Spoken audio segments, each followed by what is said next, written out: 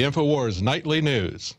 I'm David Knight, and it's Monday, December 17th, 2012, and here are our top stories.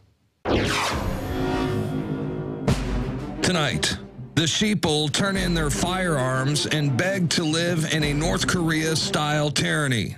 Plus, a gun control petition to the White House breaks a new record. And pro-gun senators say it's time to talk gun regulations. All that and more up next on the INFOWARS Nightly News.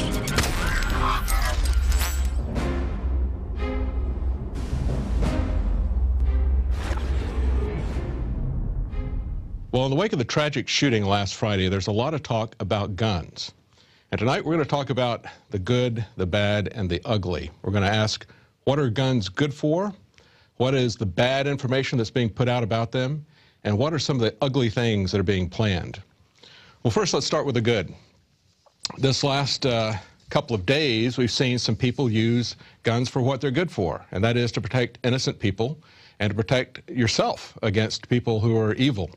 And what we've seen is just today, there was a shooting where 2 people were wounded in San Antonio.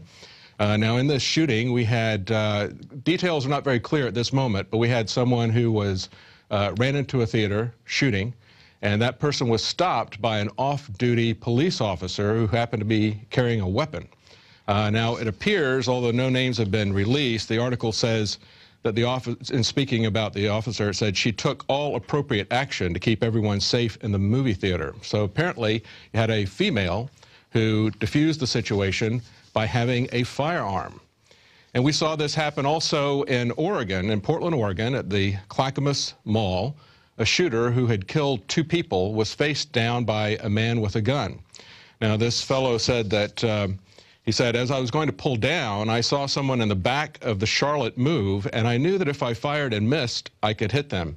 So he's acting responsibly as someone who is a sane person and who has been trained in the use of firearms would be expected to act. And he said, I'm not beating myself up because I didn't shoot. I know after he saw me, I think the last shot he fired was the one that he used on himself.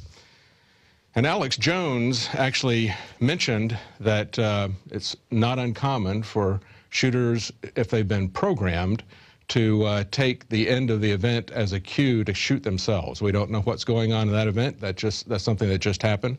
But he was face down, and the shooting stopped when he saw a man draw down on him. Well, guns protect, and that's exactly what retired New York City police detective John Beza told a surprised Fox News anchor.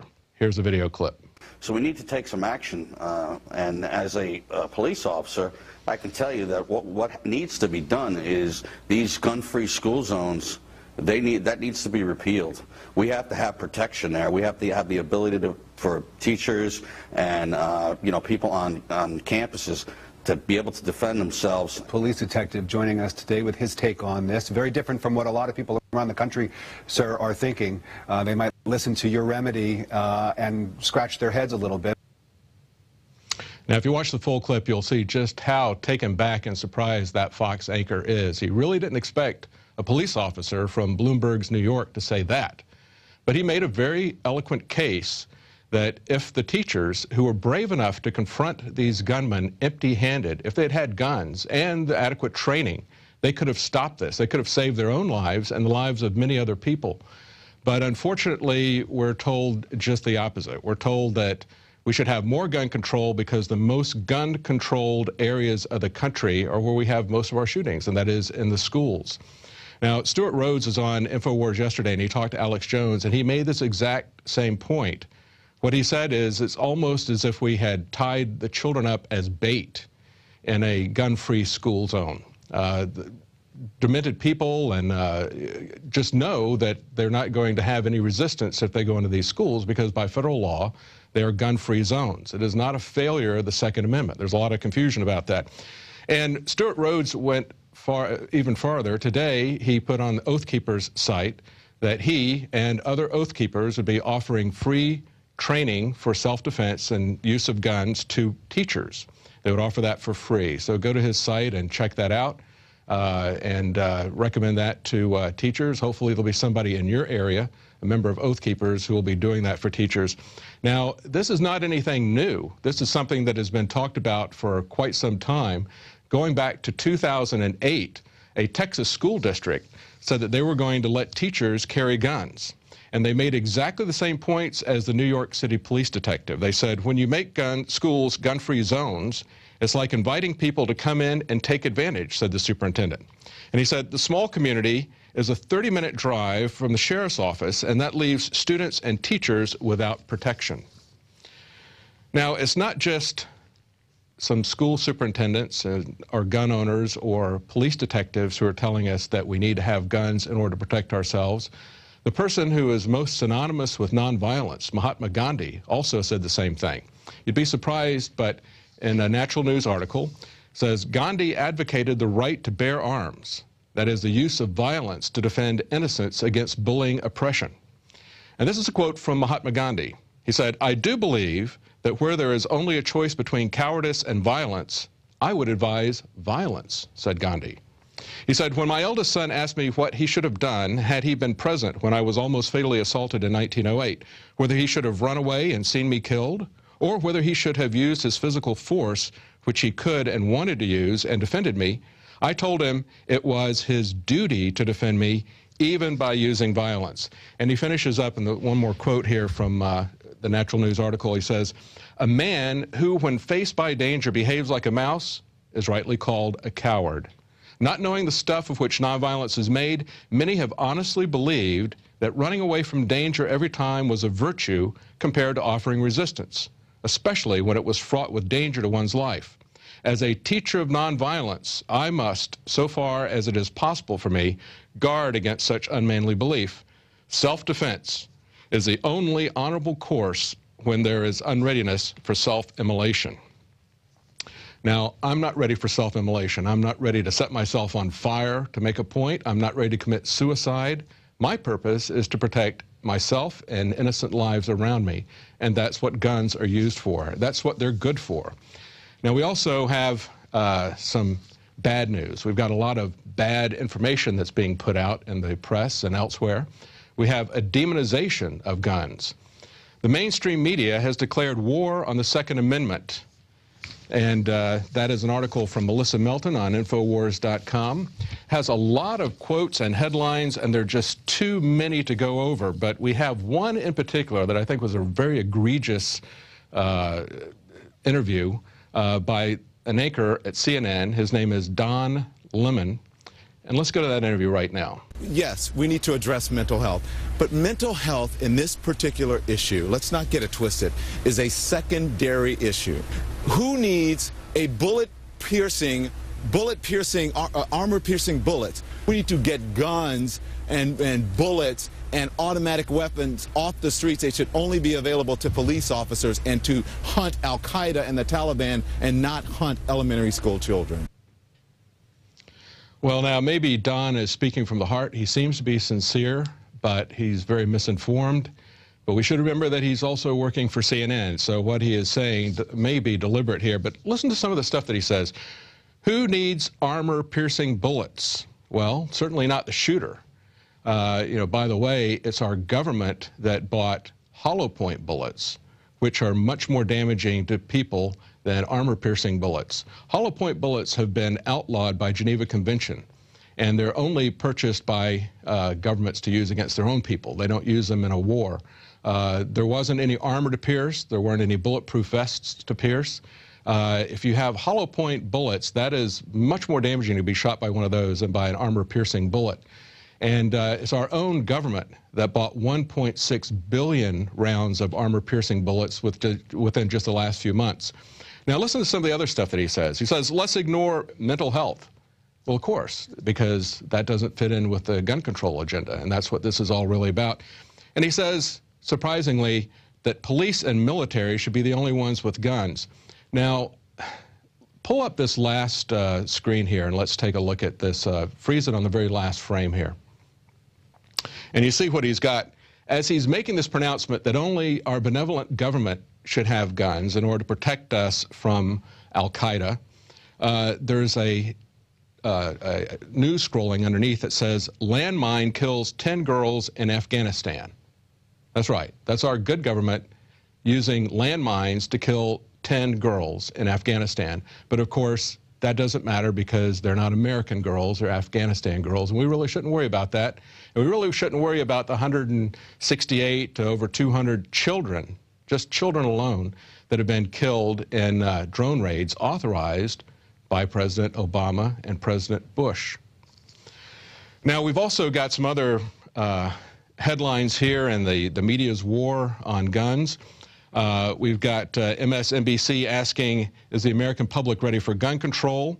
Politico says the price of the Second Amendment, as if the price of the Second Amendment is the death of a lot of innocent children.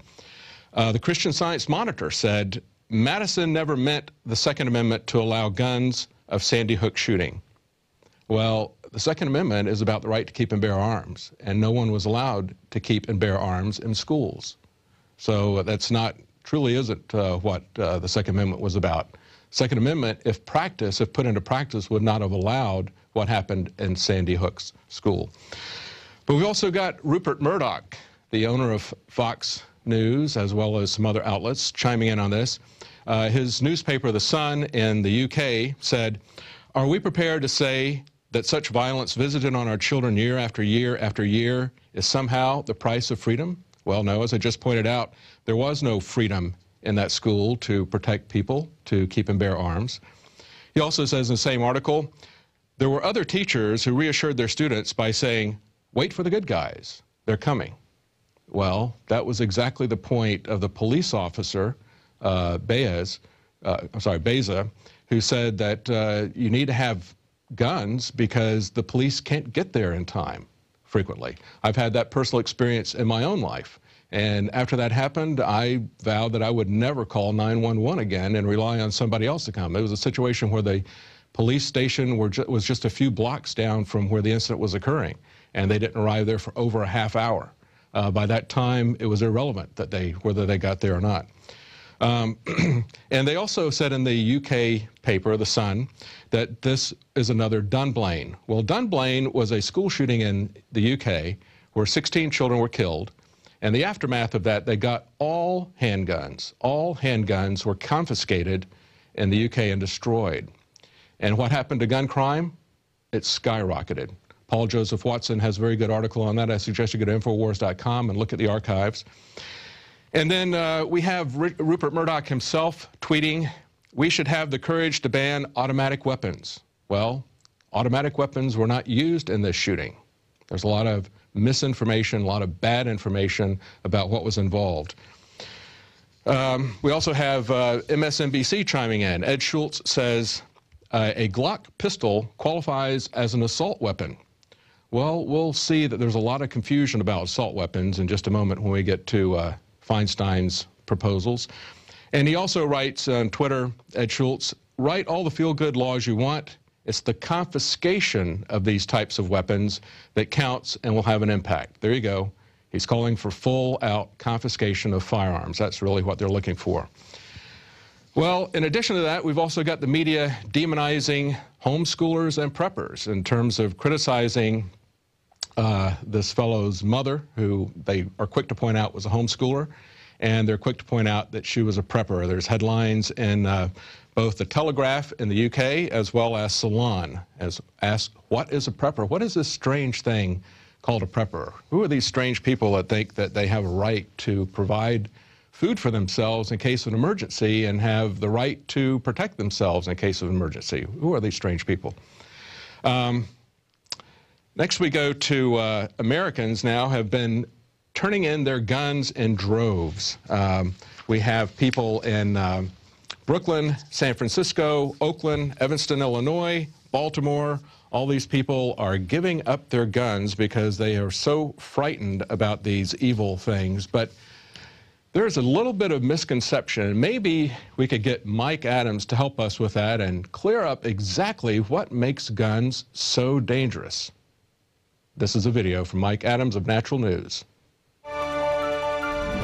Hi, this is Mike Adams of naturalnews.com asking the question, do guns kill people?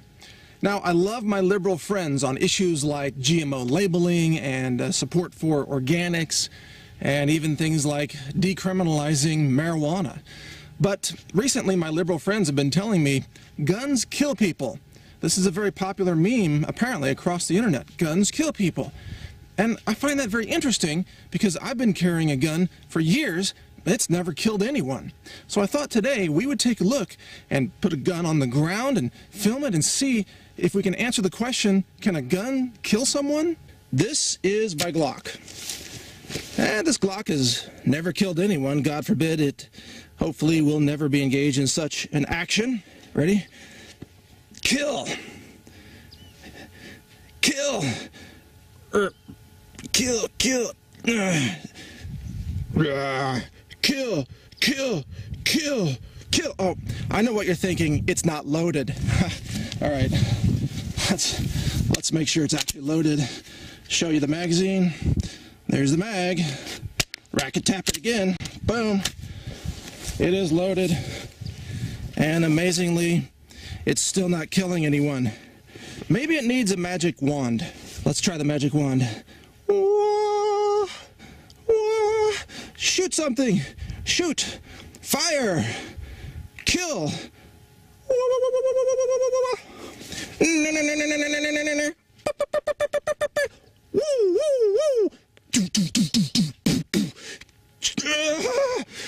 It's just not working.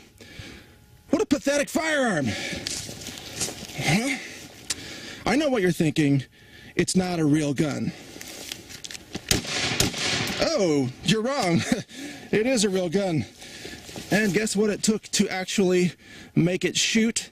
It took a human being touching the trigger, making a decision to pull the trigger in a safe direction, by the way. There's a backstop over that way. And actually having a conscious being do that. The gun didn't kill anything all by itself. Now, I know what you're thinking. Maybe handguns don't automatically kill people, but maybe shotguns do. Take our Benelli M4 tactical shotgun, which is another essential piece of equipment on just about any ranch. It's also great for home defense anywhere. Let's see if we can make this shoot by itself. Shoot! Shoot! Shoot! Shoot! What a pathetic shotgun. Oh, I know the safety's on. There we go. Now it should shoot, right? Now it'll kill something. Go! Go! Now some of you might think it's not loaded because I haven't pumped it. That's because it's an M4. You don't pump these shotguns, folks. They're semi-auto. Oh, semi-auto, yeah. Obama says I don't need a semi-auto shotgun. Therefore, I shouldn't have the right to own one. Okay. What a pathetic shotgun. Let's see if it's actually going to shoot. It's going to kick a little bit. Oh! I guess it is actually. Oh, I guess it will shoot when you pull the trigger. What do you know? And yes, it was pointed in a safe direction with a very large backstop and nobody around. So there we go. The shotgun will only shoot or kill if a human operates it and makes the decision to actuate a finger, well, this finger, to do the shooting action. So just like an automobile, which is a lot more dangerous than a shotgun, an automobile can mow down 20 or 30 people all at once if the driver is sufficiently insane to make that happen. But wait, I hear you say, assault rifles must kill people. If handguns don't kill people and shotguns don't kill people on their own, maybe assault rifles will kill people. Like this one. A little ACR with an ACOG sight. Let me get it all prepped and everything. See that? All right. We are loaded, ready to rock. Let's start with the magic wand on this one, because we need a little extra magic. Shoot! Wah, wah, wah. Brrrah, brrrah. Bing, bing, bing, bing, bing, bing, bing. Boop, boop, boop, boop, boop, boop, boop. Shoot! I'm not waving hard enough, I guess. Shoot! Shoot something! For God's sake, you little ACR pathetic rifle. Shoot something! That's ridiculous. I know. Let's throw stuff on it. How about some zeolites? Shoot! Shoot!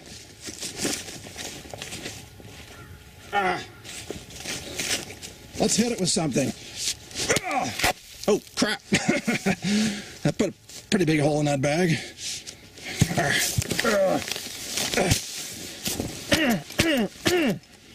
Shoot!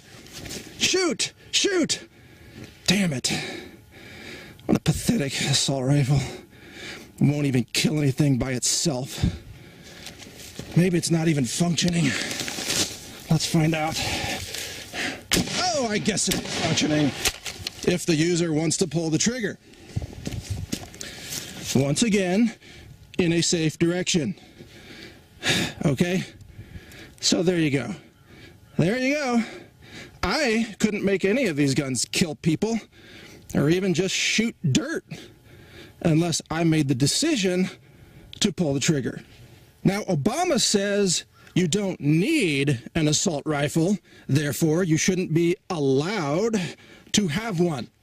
Well, that's a great argument for Adolf Hitler in 1937, 8, 9. Yeah, because if the Jews had had this, then not as many of them would have been gassed in the gas chambers. First, you disarm the population, and then the government commits genocide. So whatever you think about guns, recognize, number one, that guns don't kill people, and number two, that if guns are taken away from citizens, the government will have a monopoly on this.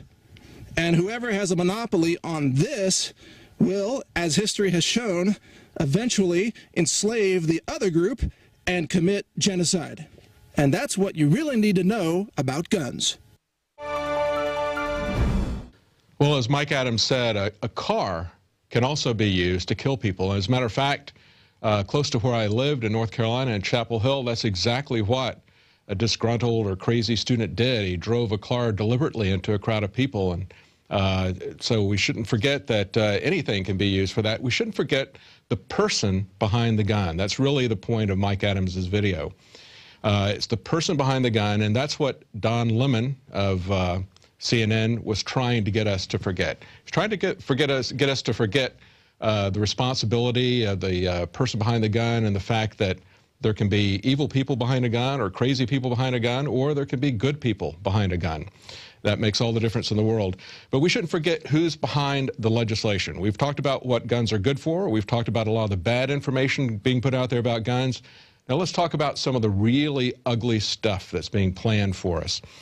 Well, first of all, the gun agenda people wasted no time in setting a record for a White House petition. In a short period of time, they got 155,000 signatures on a White House petition in just a couple of days, reports USA Today. And Democratic operatives have been urging Obama to seize the initiative and to use attacks, as Rahm Emanuel says, never let a crisis go to waste. They've been urging him to seize the initiative on attacks. Back in 2010, Chris Matthews said that Obama needed to take advantage of a massacre to get fresh momentum behind his presidency. They said he has to find some way between now and November to demonstrate that he is a leader who can command confidence. And short of a 9/11 event or an Oklahoma City bombing, I can't think of how he could do that. Well, he's taking their advice now. He's getting out in front of this, and he's using this tragedy for political purposes. As Alex Jones said, it's rather ghoulish to see how quickly people have exploited the deaths of these innocent children to achieve a situation that is going to put a lot of people at risk and could destroy our freedoms, as Mike Adams points out. Well, what sorts of things are they going to do? Well, Dianne Feinstein has proposed a new assault weapon ban. Well, what is an assault weapon ban? Well, the Washington Post, of all people, doesn't really know. They said in everything you need to know about the assault weapons ban, they said, what counts as an assault weapon? Well, the trouble starts here. There is no technical definition of an assault weapon. There are fully automatic weapons, and there are semi-automatic weapons. And complicated flowcharts were used to lay out exactly what an assault weapon was when they were banned, that gun ban that ended in 2004. Certain models of AR-15s and AK-47s were banned. Any semi-automatic rifle with a pistol and a bayonet mount was an assault weapon. But a semi-automatic rifle with only a pistol grip would be okay. It was complicated, and its complexity made it easy to evade. It also made it easy to entrap people because it was not very clear. But look at that. If you have an AK-47 or a semi-automatic rifle with a pistol grip and a bayonet, it's an assault weapon. But if it doesn't have the bayonet mount, it's not an assault weapon.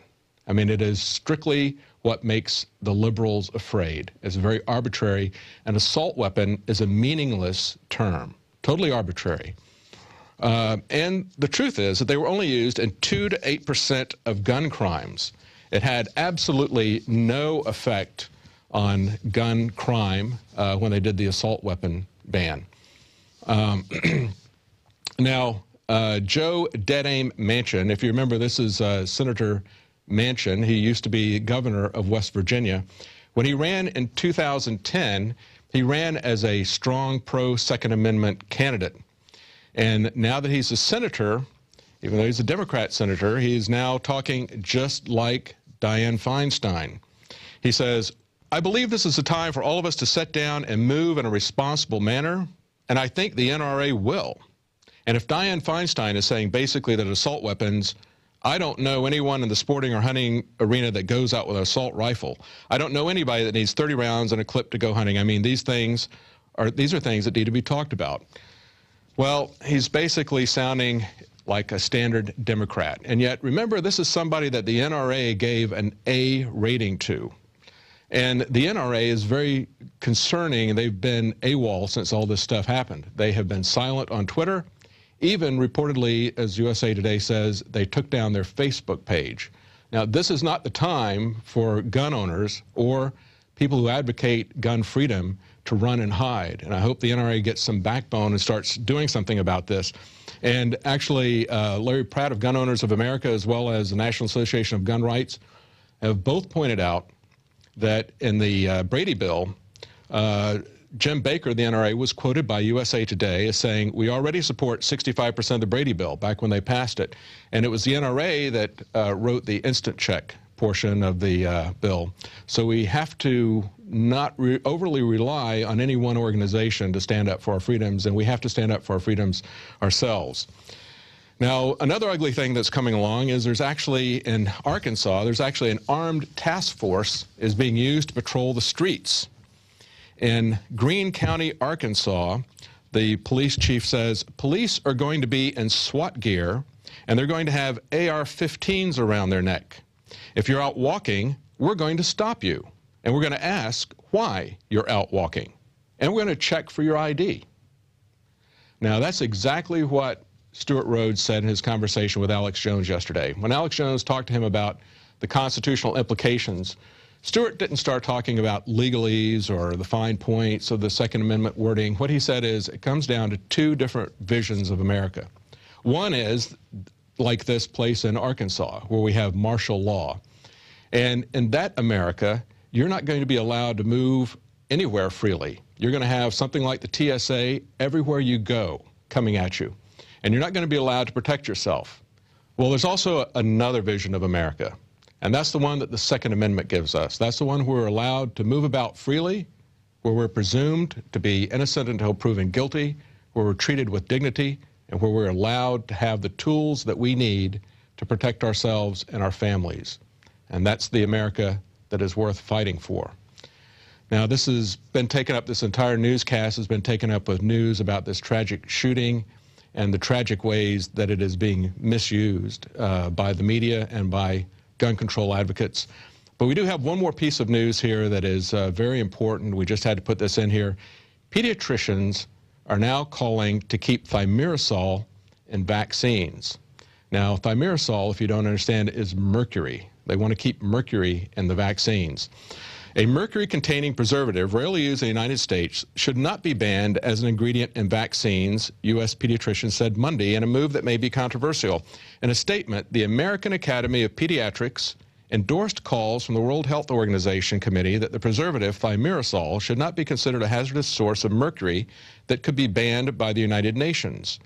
Now, to put this in context, this is the same group, this American Academy of Pediatrics, is the same group that just prior to the Proposition 37 vote in California, that, if you recall, was a proposition that would allow truth in labeling on food products there, so that you would know that your organic food really wasn't organic if it was genetically modified. Just before that election, this same organization, the American Academy of Pediatrics, came out and said that organic food really wasn't important to give that to children. You really didn't need to have organic food. So the same people who say that pesticides on your food is okay now say that mercury in your vaccinations are okay as well. And I just have to interject a personal note. I was told when I went to get contacts, I hadn't used them for a number of years, I was told by my optician that, well, I told him that I couldn't use them because the cleaning solution with thimerosal just made my eyes go blood red the minute I put them in. And he laughed and said, well, thimerosal has mercury in it. That's been banned in eye drops for a long time. So they banned it in eye drops because you can see the results immediately for many people. But when they put it in vaccines, you don't see those results for quite some time, and they might manifest themselves in some, not only, sometimes it's immediate reaction that people have to vaccines, but many times it's a very delayed reaction that is not easily traced to the source. So just keep that in mind when you're thinking about vaccinating your kids, that the American Academy of Pediatrics thinks that mercury is just fine for them. Well, we're going to be coming up right after the break with an interview with someone who is a Michigan State representative, and we're going to be talking to him about the Feinstein Amendment as well as an anti-NDAA amendment that was passed in Michigan. Now, Dianne Feinstein likes to masquerade as a protector of individual rights, and yet she's the one calling for assault weapons bans, and she's also the one who basically created a beard for the 2013 NDAA. We'll talk about that right after the break. Recently, the Harvard School of Health looked at more than a dozen scientific studies concerning fluoride and confirmed what countless other scientists have been documenting for decades. Sodium fluoride in the body reduces IQ and increases cancers. You see, the aluminum industry and the fertilizer industries would have to pay to store all the toxic waste they produce. But instead, they get our counties and cities to pay to put the poison in our water. It's not just fluoride we're getting, but lead, mercury, arsenic, the list goes on. And a lot of this toxic waste comes from China. Unfortunately, fluoride and its derivatives are only one of hundreds of toxins being added to our drinking water. We're battling the globalists on so many fronts. Health is an area where we can all take control of our lives, and it all starts with that basic building block of water. It is time to purify our family's water. The ProPure filtration system with added fluoride filters is the best system from my research to protect you and your family. InfoWarsStore.com already has the lowest prices on ProPure water filtration. But until December 10th, we are going to offer 15% off the already lowest price. I know what I'm giving my family this Christmas. ProPure. Go to InfoWarsStore.com and get 15% off the already lowest price out there with the code WATER15. WATER15, and you get 15% off at InfoWarsStore.com.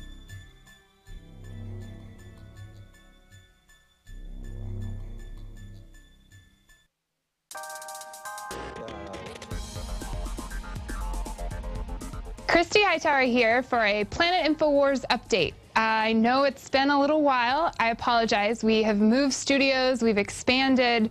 There's been a little bit of a shift going on. So I just want to make this real quick. We've had several contests, actually, starting with the Bob Costas, thinking that he is, you know, end-all to end-all, saying that the Second Amendment should be restricted. Well, the mission, actually, that I want to talk to you about is a Planet INFOWARS mission in the resistance group.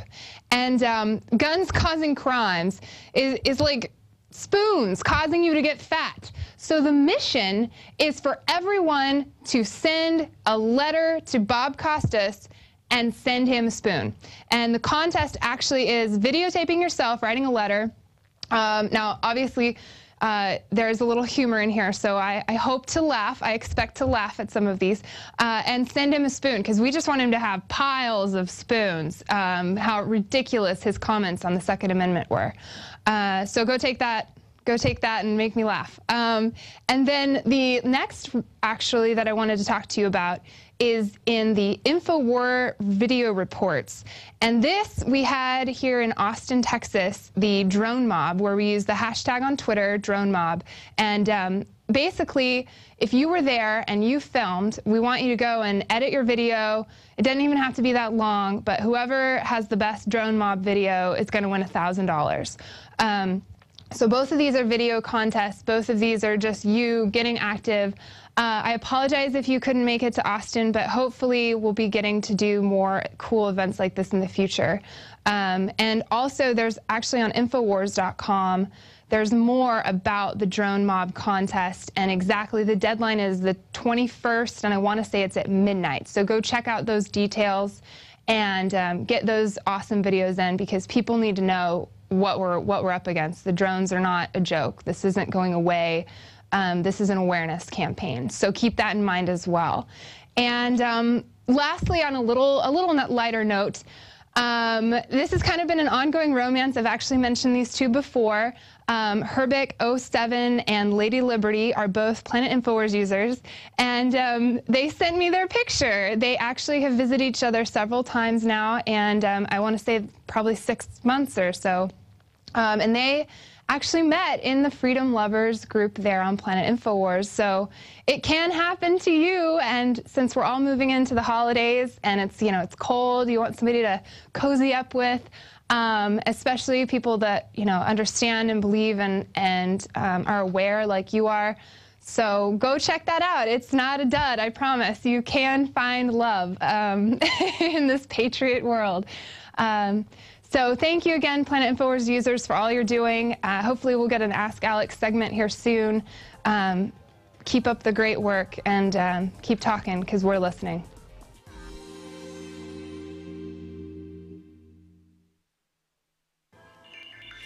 Alex Jones here with a message that could revolutionize health in this country. Going back about 1.5 years ago, I began to learn about the incredible health effects of longevity products. Aaron Dykes lost 92 pounds. We're going to show you some before and afters.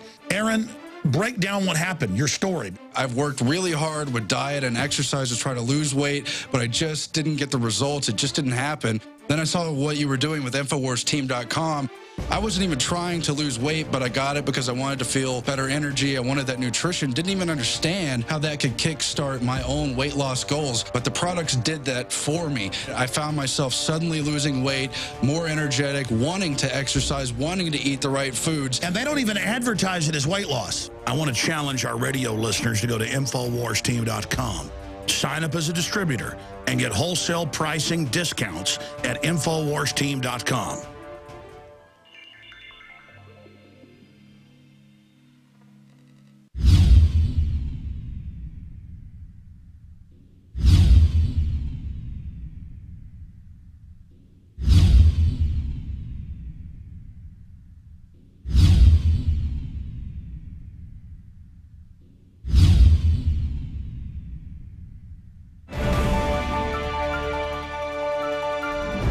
We have on the phone Representative Tom McMillan from Rochester, Michigan.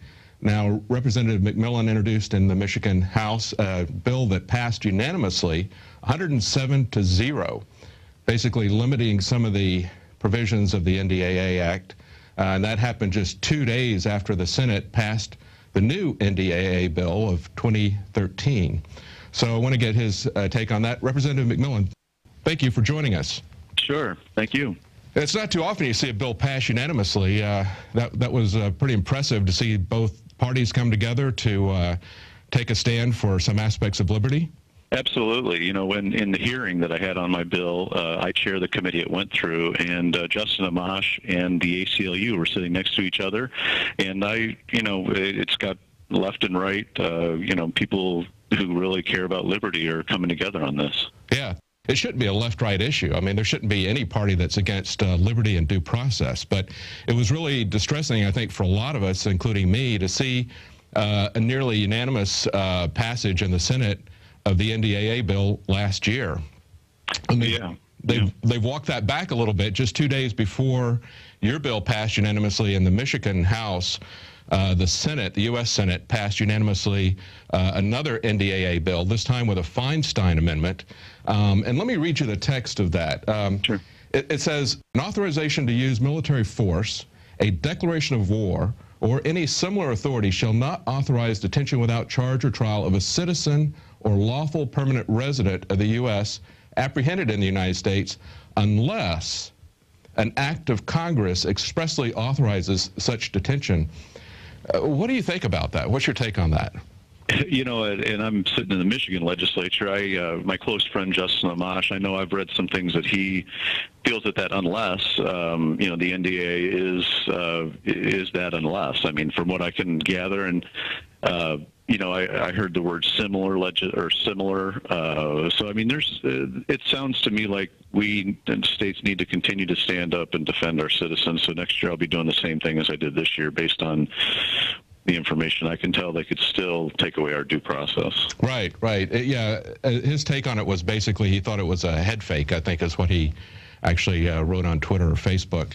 Because it really doesn't, he pointed out that, well, the act of Congress that they're going to refer to is the authorization for the use of military force going all the way back to 2001, as well as the NDAA itself. Those are both acts of Congress. But I guess, what I had Stuart Rhodes on from Oath Keepers yesterday, and we were talking about this, and Stuart Rhodes's take on this is that it assumes powers for the Congress that they don't have. They don't have the right to pass an act that takes away our due process. Yeah, I mean, I'm glad that people like you and Amash and others are shining a bright light, so that people like myself and I hope every legislature should be standing up for their citizens in every state. But we've got to hit this thing head on before it just keeps expanding and eventually is used. So no, I agree that we got to be very particular and very loud and. I think my legislation, which is in the Senate, it's on second reading today, and it very well could pass. Tomorrow is our last day of the year, so I'd have to reintroduce next year. So we're trying to make sure it gets through. Oh, so you don't think it will pass this year? It'll have to be reintroduced next year? Well, it's on second. It came out of the Senate Judiciary Committee yesterday unanimously. It's on the Senate floor. I just talked to a senator who's getting phone calls from his constituents saying, get this thing passed, and it's on second reading on the agenda, so it very well could go through second and then final passage either today or tomorrow and hit the governor's desk. Okay. Well, one of the things before we get off of the Feinstein-Lee amendment I thought was interesting was Rand Paul's proposed amendment was essentially a restating of the Sixth Amendment, stating that the Congress didn't think that was, basically getting that restated so people don't get the impression that the Congress thinks that they've repealed the Sixth Amendment, which a lot of us get the impression that they think they have.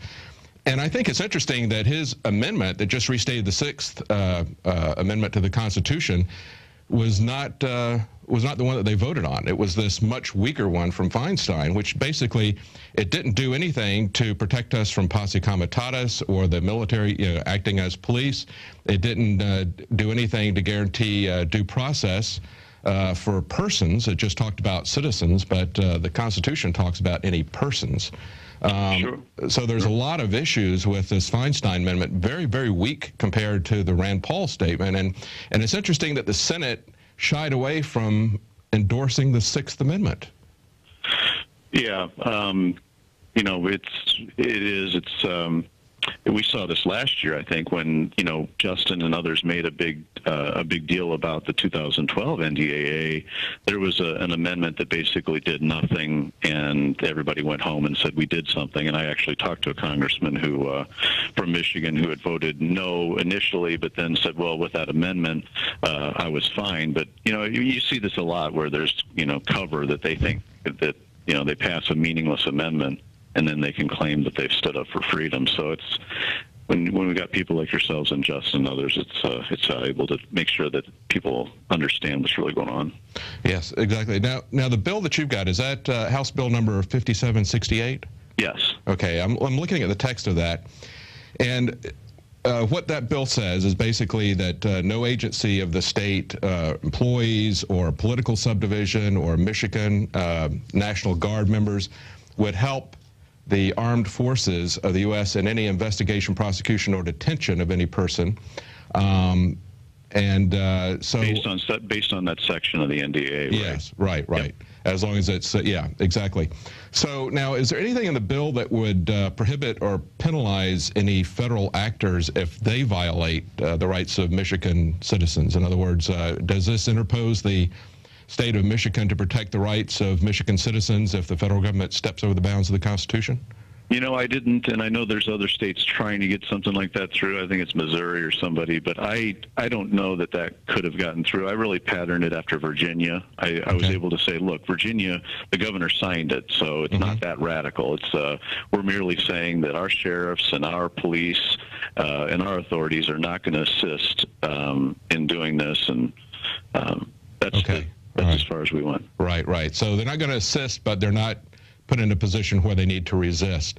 Yeah, I mean, I hear you and I understand the interest, but it's one thing to say we're not going to assist, and it's another thing to say that we're going to lock up federal agents. And I think that's there's going to need to be more groundswell of support if there's an interest in going that direction. I understand. Well, we'll see what will happen, because we've got a bill that's going to be introduced here in Texas by a state representative that actually does that. It does interpose the state as protecting the state, the citizens of Texas against federal encroachment.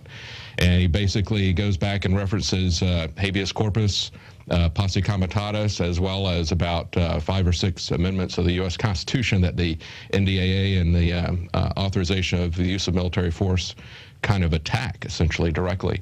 Well, I really appreciate. Yeah, no, I appreciate that. But I'm thinking in Texas, the TSA, they tried to do that and couldn't get it through. So I hope it'll be interesting to see the debate, because I have a TSA bill similar to where you're going to basically say that you will lock up people that are assaulting citizens. So it'll be interesting to see the debate there in Texas. Right. Yeah. There's actually exactly. There's a there's 2 criminal provisions in there. One of them is 1 year and $10,000. The other is 6 months and $5,000. So they've got some teeth in it. So it'll be interesting to see what happens.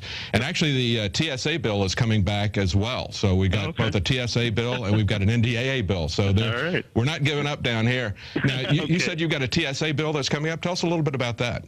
Well, no, it's still in committee. I've been trying to get it out of judiciary, but it's it's patterned after, I think, Texas or others. So we'll be watching, and it certainly is helpful when one state moves in a direction and others can say, look, this is what that state's doing. So I'll be watching closely. Yeah, the TSA bill got a lot of support when it was in the House. It was kind of some shenanigans that were played by the lieutenant governor in the governor's office once it went to the Senate. So, initially it looked like it was going to pass in the Senate as well last time. But he's also added some provisions in it this time to protect children, because that's something that's a real concern. And David Simpson, the representative that put that in, was talking about it, got really touched about a case of an autistic child who was taken away from his parents and started screaming "man on boy." I mean, it's just horrible, the kinds of things that our government feels like they can subject us to at this point. Yep, I agree. So, well, I certainly wish you luck in getting both of these bills through and moving the ball a little bit in that direction. However far we can get it, we'll take it and keep coming after them. Sounds good. Okay. Thank you very much. Appreciate your work. Thank you. Well, it'll be interesting to see what happens in Michigan. And of course, as we pointed out, that bill does not actually interpose the Michigan state authorities to protect the citizens of Michigan from encroachment by the federal government. but at least it doesn't have the Michigan authorities participating with them. So the NDAA problem has not gone away. The Feinstein Amendment did not take it away, and the bills out of Michigan and Virginia don't take it away. But it'll be interesting to see what happens with the Texas bill. That one's got some teeth, so that's really where the fight's going to be. So stay tuned, and if you want to find out what's going on with that, you want to check into PrisonPlanet.tv for all of our reports and updates on this and other issues. We have a special Operation Wake the Sleeping Giant. You can get 10 subscriptions, actually 10 simultaneously streaming subscriptions to PrisonPlanet.tv. That means that you can actually hand out more, because most of them probably won't be watching at the same time, but you'll find a lot of good content there. It helps our operation. I'm David Knight. Thanks for tuning in.